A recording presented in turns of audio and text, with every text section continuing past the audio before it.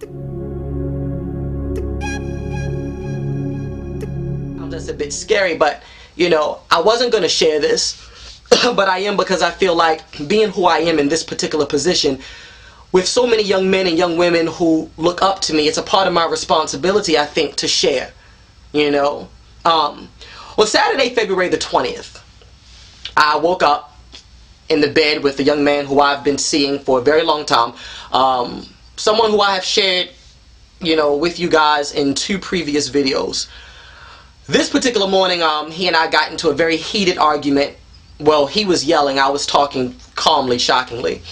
And he decided to, you know, as his voice began to raise and he began to get angrier because he didn't like what I was saying to him, he went into the kitchen and smashed the glass on the kitchen counter, splattering all the bits and pieces across the floor. He started cursing, telling me that he hated me, saying, "Fuck you, get out, da da da da da," and I left. And as I was riding home, I said to myself, you know, through everything that he and I had been through since last April when he and I met, through everything that he and I have been through, this, to me, was the last straw.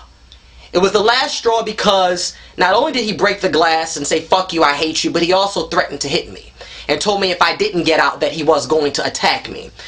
And a large part of me, of course, didn't believe it because he knows what the repercussions and consequences of that would be.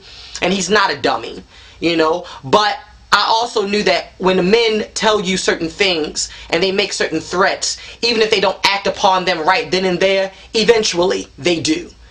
You know, eventually they do. And if you listen to a lot of women who have appeared on various talk shows and programs who have been in abusive relationships, they tell you that in the very beginning their men told them that one day I'm going to kill you, or one day I'm going to try and do this, that, and the other, and then eventually they do.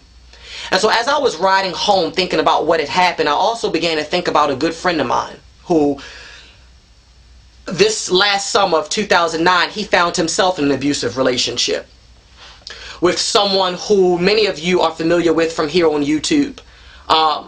You know, the guy from YouTube came down here to stay for 3 months in Baltimore and physically, emotionally, verbally abused my friend. You know, and for 3 months none of us knew what was going on. We had no idea because my friend was also isolated away from many of us, so we had no clue what he was going through. And this is part of the reason why I no longer support this particular YouTuber, why I no longer watch his videos or support him on any platform, because it's sad to me, you know, it's sad to me that when men or women are down on their luck, or things aren't going well for them in their lives, or they feel a sense of lost, that they take that aggression out on their lovers. And I think in same-sex relationships, the reason why domestic violence is ignored on so many levels is because people don't take it seriously. They think, well, if it's an incident happening between 2 men, oh, it's not that bad. Or if it's an incident happening between 2 women, it's not that bad. Society only frowns upon it when it's man against woman, you know? People don't even really frown upon women attacking men. You know, I think with this whole Rihanna and Chris Brown case, with this whole incident taking place, people have really been forced to zone in on domestic violence, but people ignore the fact that it happens in same-sex relationships all the time. And for me, I think that the reason why the last straw for me was the morning when he broke that glass and threatened me was because I always believe, as I said to this 17-year-old young man yesterday when I replied to him via email, that oftentimes our lovers, or people we're dating, our boyfriends, our girlfriends, they give us warning signs in the very beginning that this is going to be how this relationship is going to go. You know, it starts with verbal threats. You know, then it turns into them criticizing every little thing you do, criticizing your body, criticizing your friends, questioning why you do things the way you do, or you need to do them this way, or why are you always acting this way, or why do you have to go out? Then it turns into them trying to isolate you, keeping you away from your friends and your family. You know, then they're always yelling and lecturing you. And then that's when the lectures and the criticizing and the isolating turns into physical abuse. And you've been so removed from your friends and your family for so long that you then become embarrassed to call them and tell them what's happening. Because in your mind, you feel like things will change or things will get better. My friend who lives here in Baltimore, who was abused by the blogger from New York, I asked him, I said, you know, why did you, above all people, because my friend is a very high, energetic, you know, lively, loving person, loving guy. You know, that's why it hurt me to my heart so bad and hurt a lot of our other mutual friends so bad, because he's such a wonderful person. And I asked him, what in the world made you stay?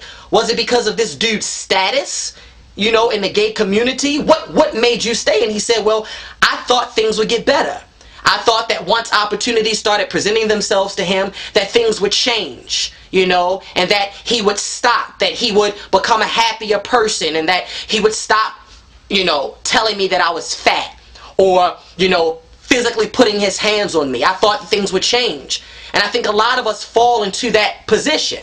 As the 17-year-old who reached out to me, he said the same thing. He figured that once his boyfriend got another job and was able to get his car back and things, that, oh, he would stop hitting on him, that he would stop beating on him, he would stop fussing and cursing at him.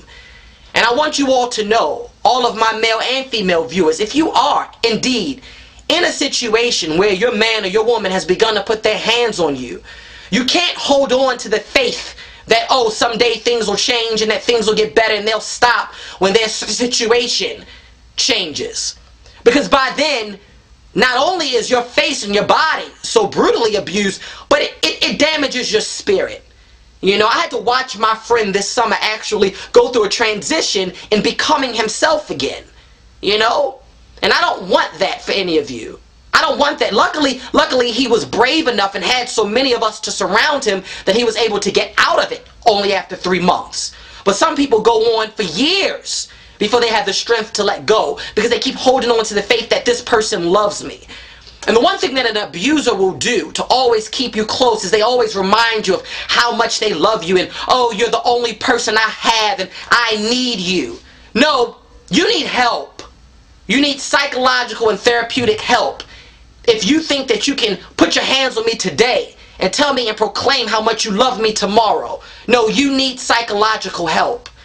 None of you have to put up with it. None of you have to deal with it.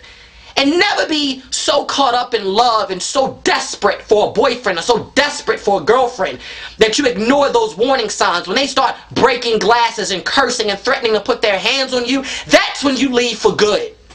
No matter how much you miss them, no matter how much you love and care for them, no matter how many times they reach out to you saying, I need you, because I've gotten all those text messages and voicemails since then. But I ignore them because guess what? If you threaten to do it, eventually one day you're going to snap and you're going to follow through.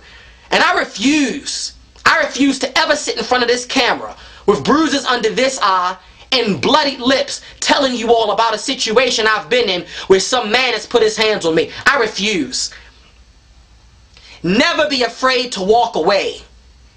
Never be afraid to walk away, because at the end of the day you have yourself.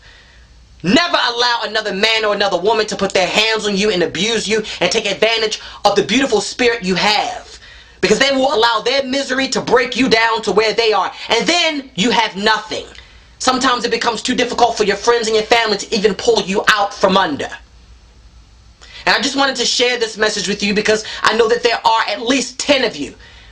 If 4,000 or 5,000 of you watch this video, there are at least 10 of you who are in these situations right now, who are afraid to leave, who, just like my friend this summer, or just like the 17-year-old, have found yourself in a situation and you don't quite know how you got there. But never ever fail to believe that as easy as you got in, you can step yourself out. Open up and tell your closest friend or your closest family member exactly what's going on. And don't be embarrassed to show your bruises or to open your wounded heart to the world. And that's all I have to say. Let's continue traveling this journey together, socialites and celebutantes. Let's continue conquering the world, one word at a time.